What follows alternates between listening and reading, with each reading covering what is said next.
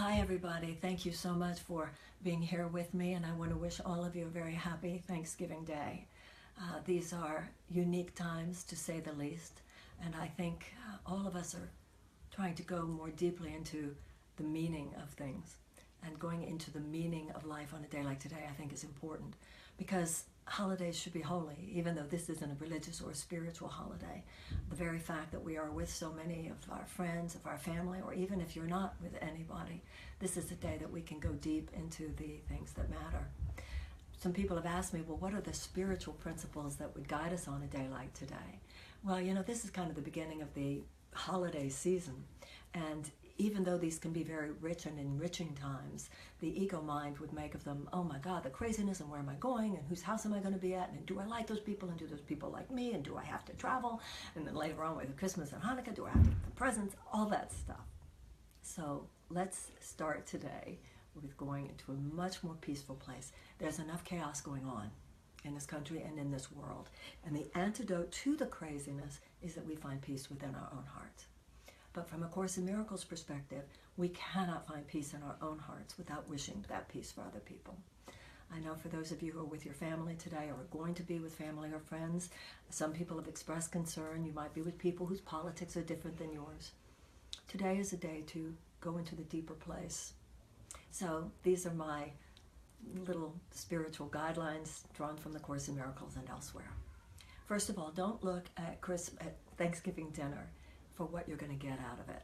Don't go in with judgment, or oh, I have to be there, or oh, I don't know what it's going to be like. Be masterful of your own experience. Don't be at the effect. If you're just going to be at the effect of circumstances, then you'll be at the effect of circumstances. Instead, as we say so often, send your love before you wherever you go. Think about the people that you know are going to be at the dinner table, or already are at your dinner table. And we will do this together in a minute. Actually send them love. Actually go into a namaste positioning inwardly. It's like a yoga position, but it's inside. And bow in spirit before everybody that you know is going to be there, or even that you don't know is going to be there. Number two, see yourself as what you are. You are at the dinner table. You are there wherever you are for Thanksgiving to give. It's not about what you're going to get. It's about what you might bring. I posted yesterday, live your life in such a way that other people would be thankful you are in the room. So we ask far too often, because the ego dictates it, what am I going to get? What am I going to get? The spiritual question is, what may I give?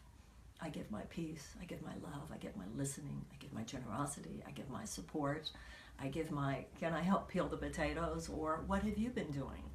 Tell me about what's going on in your life. I know in my own Thanksgiving, I'm here with family. My brother-in-law said pretty early in all of our time together, after there'd been a little bit of political conversation, he said, no more politics. And probably it was good for all of us. This doesn't have to be a day that we go back and forth. And if you do go back and forth with the political conversation, from A Course in Miracles perspective, the issue is the same.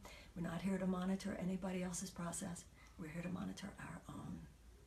And that even if something comes up and there's a disagreement, remember what the Course in Miracles says. It is your job to tell a brother he is right, even when he is wrong. Then it says that doesn't mean you tell him he's doing the right thing if he's being foolish, but it means that we find that place where we affirm somebody's innocence. Remember, the word communication has commune within it. So if we're not taking responsibility for the heart space between us and another person, when we speak, we didn't communicate. We just spewed and did all that other stuff, which only increases the give and take and the cycle of violence and the cycle of suffering that the ego would have us inhabit. So this Thanksgiving, let us be more than thankful. Let us be people that other people can feel thankful to have around. Bless your host, bless the people who agree with you, and bless the people who do not agree with you. But make this more than just words. And if you'd like to join with me, let's do that together right now. In closing our outer eye, we open the inner eye, praying to see the innocence and the love and the beauty within every person with whom we are gathered today. We stand in the space of salute, of love, of namaste before every person who is sharing this day with us. Our spirit salutes their spirit. We pray only to see their innocence and their goodness. For in saluting it and seeing it, we shall invoke it. May we be, dear God, an instrument of love on this day and every day. And when we speak our words, may they come from a holy place. And so it is. Amen. I know a lot of you are thinking, yeah, but what about all the political stuff? You know what I think about that? We'll get to that tomorrow.